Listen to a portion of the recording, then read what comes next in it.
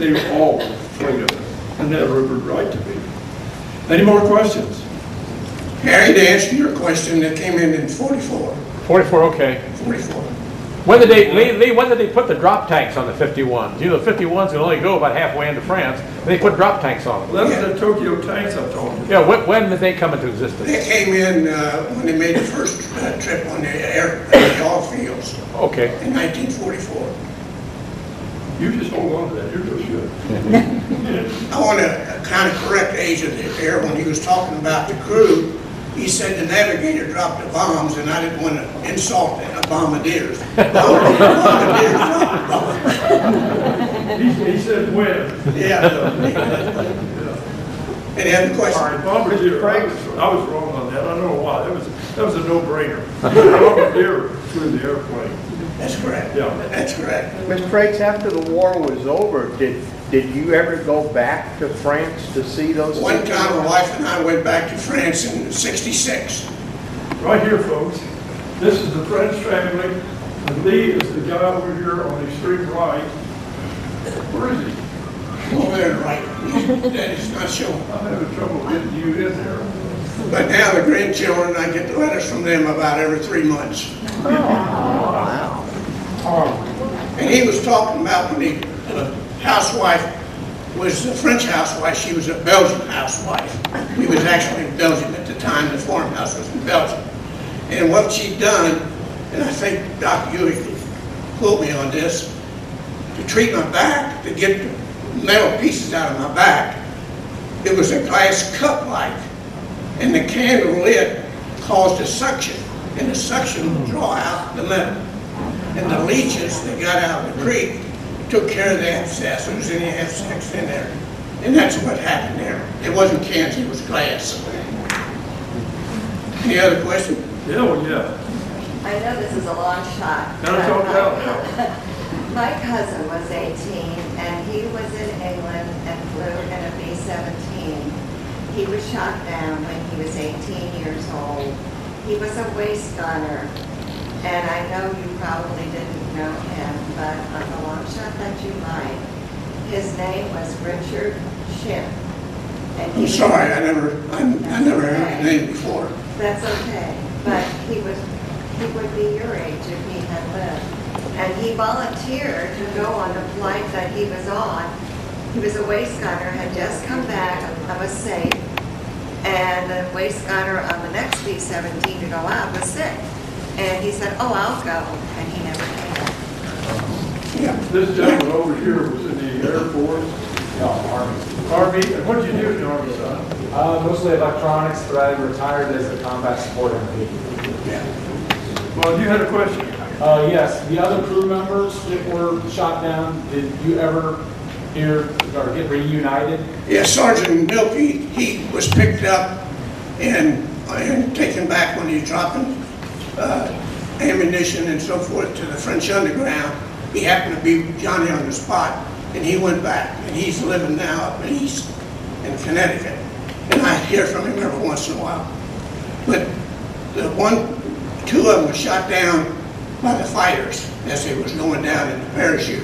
One was picked up and was a POW, and he was from Alabama, and he died of beriberi, malnutrition. Well, I'm sure it's the reason, but he was so close to the English Channel and went 2,000 miles the opposite direction. Was it just simply probably the Germans that way, or why? Oh, actually, the mileage was done from the Belgian border where I shot down. That's where the mileage stuck the thing. But I mean, why did you not go north instead of south, because it was closer to England? Well, getting across the English Channel would have been almost impossible to get there. And Spain was a neutral country, and we knew that we stayed with the French underground and did what they said. They was wise enough to get us back.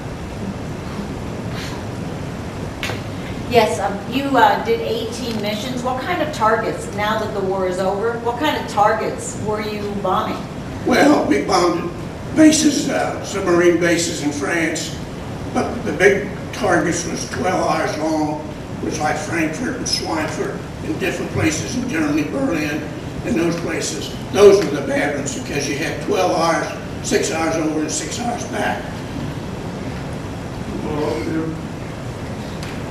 There were ball bearing plants, Luftwaffe training areas where the pilots were trained, Gestapo training areas,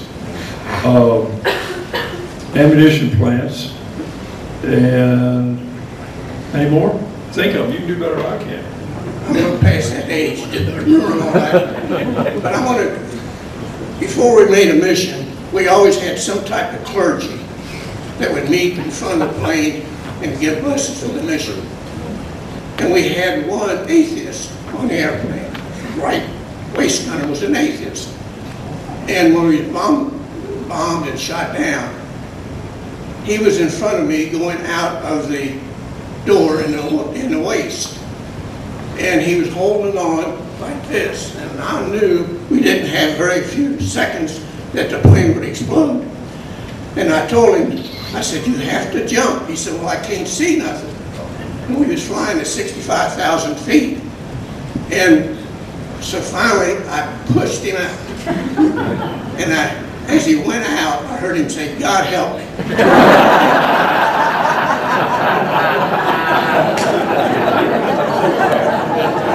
And Asia was talking about the chicken soup. They found out I was from Kentucky. And I told a Canadian, I says, do you see that chicken they want us to cook? And he says, yeah. It was a long-legged rooster. So we did the best we could. We cooked it and went to bed. And got up the next morning, we smelled this smell. It was terrible. And in France, breakfast was always hot milk and the bread. And so we got downstairs and we wasn't about to criticize any of the food because it was given to us. And we couldn't stand the smell. And I dipped my bread into it. I thought it was broth.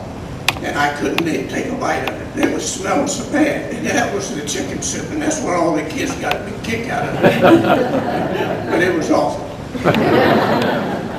And another story I tell the kids, when I was in Randolph Field, they had AT-6 training planes to find out where you were suited to be on an airplane. Could you fly it or whatever. So anyway, we had khaki suits, and they give me a 98-cent Waltham watch. I carried in our khaki shirt. So that plane was, I was sitting in back, and the instructor was sitting in front, and he would tell me what to do and so forth. But anyway, we got back, landed on the airfield, and I said, Lieutenant, I said, I'd like to know one thing. What caused my watch to keep flying out of my pocket? He said, you damn fool, you was upside down.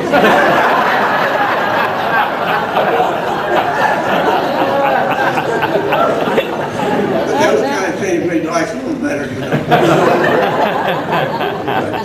When I was taking radio school to learn the Morse code, they said you had to learn it in 7 days. I found out how you do it. You put the headsets on and you sleep with them, walk around with them, and in 7 days you learn the Morse code, and even today I can use it. Wow. But Asia did a wonderful job, and I want to thank Asia and Mr. Conklin. Those that helped in it.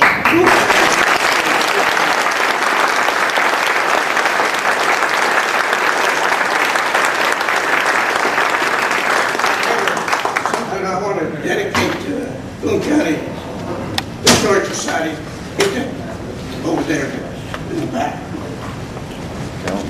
I had one, I'm from Waltham actually, but we have the Gaines Museum out there. I think a lot of you might have been there. I had an artist from over in Independence High School to paint this picture for me. And I used it on different talks on the Gaines house.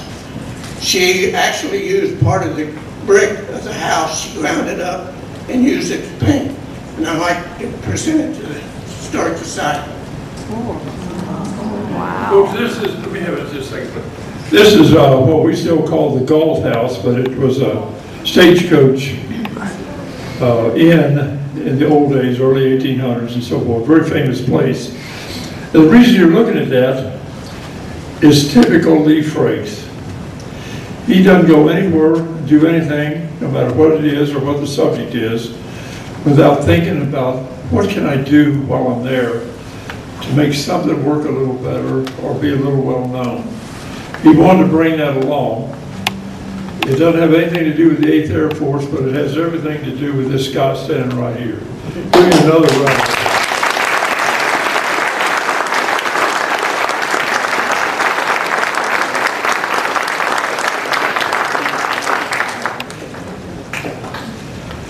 I don't see any 18-year-old boys that would wonder how they would feel in this situation, but anyway, he's here. He was born on May the 1st, 1924. He's about to have his 88th birthday. 89? I had something like tonight, come on. And he's a vibrant, well, you can tell with the way he articulates, there's nothing wrong with this guy. I just hope he just keeps right on living, because he makes Walton a better place to live in.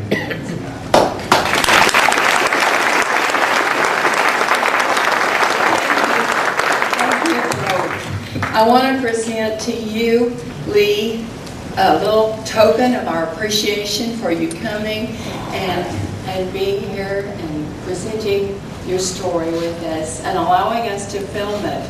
So those people who you know that might not have been able to come tonight, in a few days we'll have copies of the DVDs ready to check out of the local history department of the library here. So you'll be remembered there forever. And Asa, here's a little token of our thank you to you. One of the newest books to be out. Thank you. I have to say one observation. You have a member that is just amazing. You have a memory that is just amazing. Well, I tell you, I breathe, and my blood has got Air Force blood in it, and I work with veterans, and I have my partner here that lines up all these talk shows. We've been in churches and bars, and that's Dennis Clackett. He's my helper.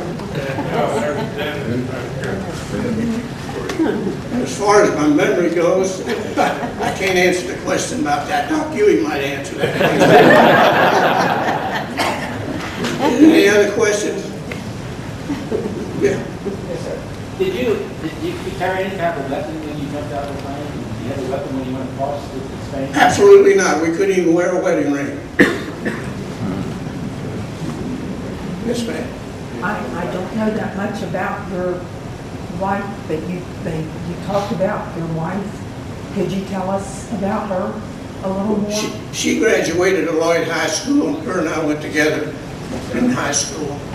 And her and her mother, when I went into Randolph, Texas, her and her mother got on a train, and we wanted to get married, and we did. But all her life, she was city clerk of Erlanger for 30 years, and we lived there for quite a while, naturally. And then she had a heart problem and passed away about 12 years ago. She was a great lady. Yes, ma'am, she sure was. Any other questions? Hey, Lee, have you seen the fellow that was with you when you went from Paris to Gibraltar? Since you got back to the States, did you ever get a chance to see him? No, I never did. Never did. No, he went to college, and I went to my job, and we just never, we telephoned once or twice, and that's about it. I see. Okay. How long from the time you were shot down until you arrived back in the United States? Well, I shot down on February the 8th, February the 8th, and I got back after D-Day. It already started on June the 6th, and after it was about the 20th of July. Any other questions?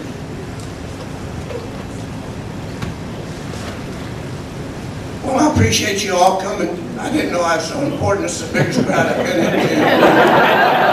I wish that when I was running for election, you all was about it.